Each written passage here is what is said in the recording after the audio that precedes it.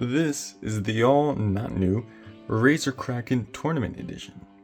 So it's a nice gaming headset for your PC, your PlayStation 4, your Switch, your Xbox One, and your smartphone. Now, because it's the Tournament Edition, it does come with this little USB-A audio controller. We'll explore that later on when we check out the headset itself. So, let's check it out.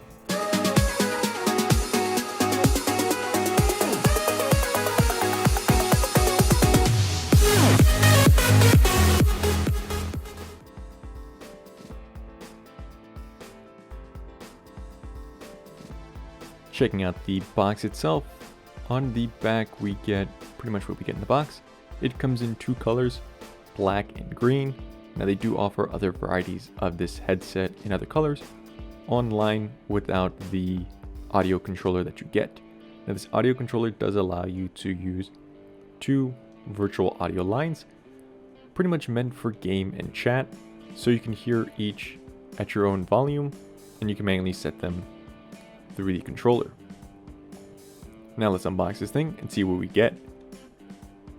Unboxing the headset, we get the headset and the controller right on top. And underneath this little cardboard piece, we get the Razer 7.1 surround sound code. So we do get the code when we purchase the headset. We'll talk about this more later on. And then we do get this little Tournament Edition setup guide and device specification pamphlet. Now to give some backstory, this headset came out August 31st of 2018, included cool gel ear pads, a thicker headband, and THX Spatial audio USB dongle, compared to the standard Razer Kraken gaming headset. Alright, let's get this headset out of the box and see what it entails.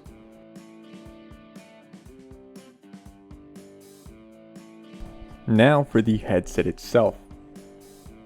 The headset weighs approximately 322 grams, or about 11.4 ounces, and has a dimension of 17.17 by 19.3 by 9.8 centimeters. It's also made from aluminum and some sort of memory foam.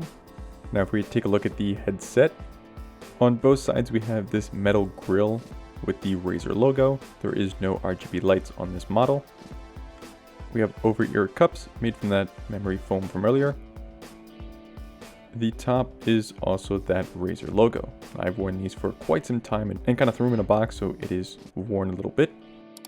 If you go to the front, we have this retractable microphone. And then moving on to the braided cable, here we have a Razer logo with the microphone and the volume controls. And then moving down even further, we have the 3.5mm headphone jack. Moving on to the tournament part of this headset, we have this USB controller. It is made of plastic and has that braided cable that's also used on the regular headset. It goes from 3.5mm jack to USB-A. On the controller itself, we have bass control on the one side. Here we have microphone and volume up and down, and then on this other side we have voice chat up and down, and we have the THX button to enable and disable. It's also got this rubber base for anti-slip. Now that we've seen both the headset and the controller, let's check out the software that we may need.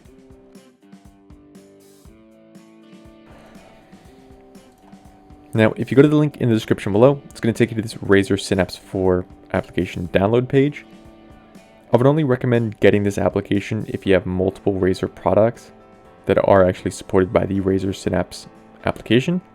The Kraken Tournament Edition that we currently have and are reviewing is compatible with Razer Synapse 3 and the new Synapse 4 application, but you don't actually have to download the app. If you download the THX Spatial audio app, the issue with this is it is a required purchase to actually download it, which I kind of find ridiculous that you buy the headset and you still need to purchase a key to use it. Now, I'm unsure if it's a subscription or it's a one-stop shop. When you purchase the headset, you actually get a key to use. I currently don't have it, so I can't say. And if you really want, go to the 7.1 surround sound and just download it instead. This, between the two, will actually require an activation code. If you bought the headset, you can just register your product and it will run through it that way. Now, it used to all be under the Razer Synapse 3 application, then they just converted it to 2 separate apps. Sorry if this seems confusing, but if you want the applications, download them. If you don't, you may not be using the headset to its fullest potential. But unfortunately, this is Razer, and that's what they want. Alright, so once you downloaded the applications you want, and you've opened them, we're just going to run through the Razer Synapse, the THX Spatial Audio, or the 7.1 surround sound. Should be more straightforward, but we're just going to run through the Razer Synapse application.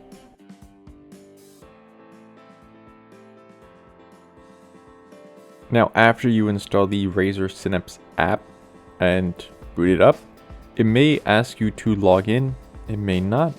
Here will be the dashboard once you may or may not have to log in.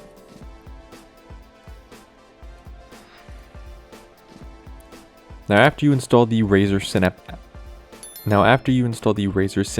app, it may ask you to log in.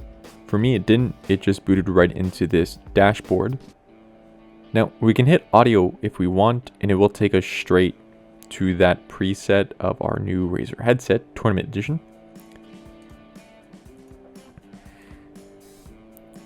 Now, here on this dashboard, we can find all of our devices currently plugged in. We can click on our Razer USB audio controller here, or actually go straight to the audio here. Either way, it's going to take us to the same layout. Now it's going to request that you make the game output as your default device. If we hit set as default, it's going to automatically transfer it over to that output. Now after you've clicked set to default, here we have our profile, our stereo or THX spatial audio, our audio equalizer, its presets for game, movie, music, and custom. And keep scrolling down, you can add specific games and programs for specific profiles to use the THX game profiles. It's a bit confusing, but we'll go into it in a minute. And then here it tells you that it's recommended to set all volumes level to maximum, then use the USB controller as your master volume controller. We have here on the right side, we saw this earlier, our game chat balance. Then we have our volume, on and off for the microphone, and our THX on and off button. And then remember, this bottom left is our bass boost button to go up and down for the bass. And then here we can also access the Windows sound properties. Now real quick, for game profiles, we can set them to specific games. You can either set them to presets, THX competitive mode, THX environmental mode, or just follow the existing audio equalizer, which is this. So the good thing is you can set them to pretty much any game or application. If it recognizes that it's open, it will then change the audio profiles to that. And then if we want to custom make profiles, all we have to do is hit these three dots, hit add, import, rename, duplicate, export, or delete. Just hit add. It will automatically create a new profile. You can customize that and then change it in this regular profile. Now, just like I said before, here under game profiles, you can actually select custom.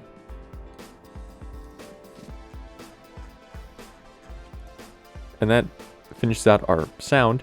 If we go over to enhancement, we still get that default profile here that we're modifying. So let's say for default, we wanted bass boost and sound normalization, but we didn't want vocal clarity because we're going to use an external mic rather than the microphone that we're plugged in, rather than the microphone right on our headset. Now, if I wanted to use the microphone that's on the headset, we'll do a quick voice clarity before we actually move over to microphone. So this is what it currently sounds like on the headset. Now, it could just be my own headset, could just be how these normally are, but that's why I use a different headset. And if we change this to vocal clarity, here is the super low at 10, moving all the way to high at 100.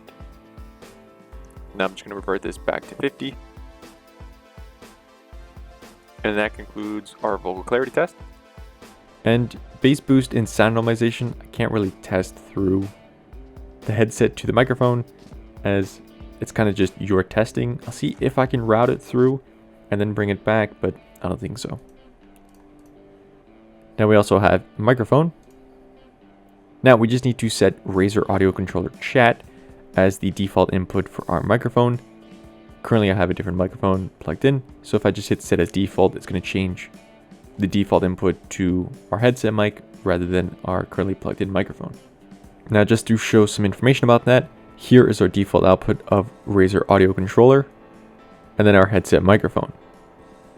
So here on our microphone settings, we have voice gate, control the threshold of microphone input, which we'll see if we can test. We also have mic monitoring side tone, listen to your microphone directly through your headset without any elements. So if we hit that, our audio output should be flipping back through our headset. So pretty much just allows for voice monitoring. And then basic enhancements of vocal clarity, mic noise cancellation, see if we can test that, and volume normalization, just some extra features for microphones. So by switching back over to our headset microphone, currently we have everything set to standard or medium. If we boost it to high vocal clarity, high volume normalization, and high mic noise cancellation, we should be able to do a couple things and not actually hear some random stuff going on in the background. Now you guys let me know down in the comment section below how bad or good this microphone sounds. We're also going to see if we do low or high for threshold of microphone input. It pretty much just allows you to hear more rather than the sensitivity of the microphone. And then the last thing we're going to take a look at is demo. This is just to test your stereo and your THX Spatial audio comparison, as it's pretty much just you in the center of the room and having the whatever object it is go all the way around in a 360. Now the good thing about THX Spatial audio is it works pretty well on certain games, more multiplayer style games you want to use it for, whether it's like Call of Duty or anything else of that nature. But that pretty much brings us to the end of reviewing our Synapse. There's nothing really I can check out and test for you guys since it's a headset. I can see about running it through the microphone. I don't have the proper hardware as other people do to test audio through headsets. But before I can go ahead and either recommend this or not recommend this, why don't we check out the used market? We'll list out some good and the bad, and then we'll see if or if not you should get one.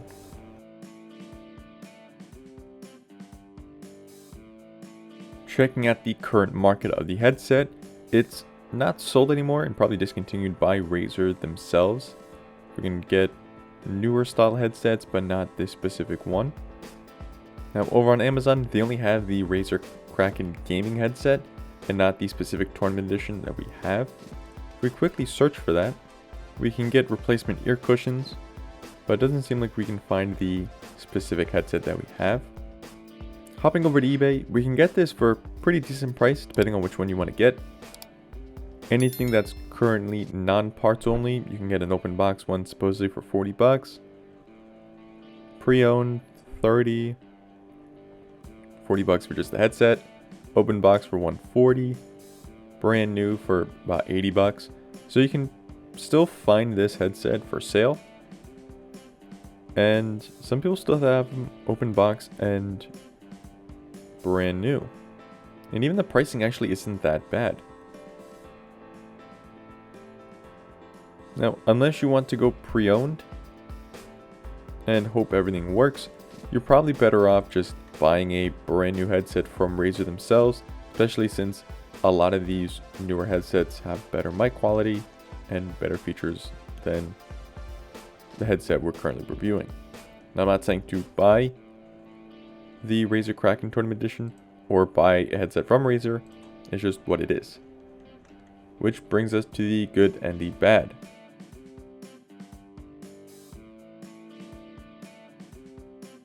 The good, it's got that immersive THX spatial audio, it's got a comfortable design, decent versatile compatibility because we have that 3.5mm jack and USB audio controller, so it's not limited to just one system. And we have on-the-fly audio controls with the USB audio controller and it on the microphone and little controller on the headset itself. And the bad is it's big and heavy. Depending on the user, how you feel, it may feel bulky on your head after long use.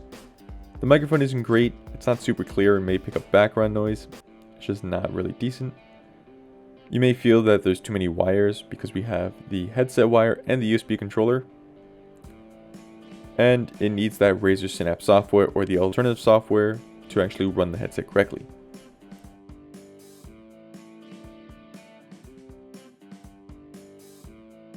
Which brings us to the end. Now, I'm not saying that you should go out and buy this headset, it's just something we wanted to review, as I've been using this for quite some time. I like it, but I ended up having to get a separate microphone because the mic quality isn't that good. For its price and what it is, it's pretty decent. I wouldn't recommend this though for the microphone that it has, but that's your choice, whether you want to do it for the microphone or just get a different headset. It's all up to you. But at the end of the day, it's your choice. I mean, you did hear the audio test for the built-in microphone. If you're looking for a nice headset and you can get this one on sale, maybe go for it. But I would also take a look at other headsets and make a determination then. Which brings it to the end. Thank you so much for watching. Consider subscribing for more content like this. Like if you like, dislike if you dislike it. Let me know down in the comment section below what you think, what we should check out next, and I'll see you all in the next video.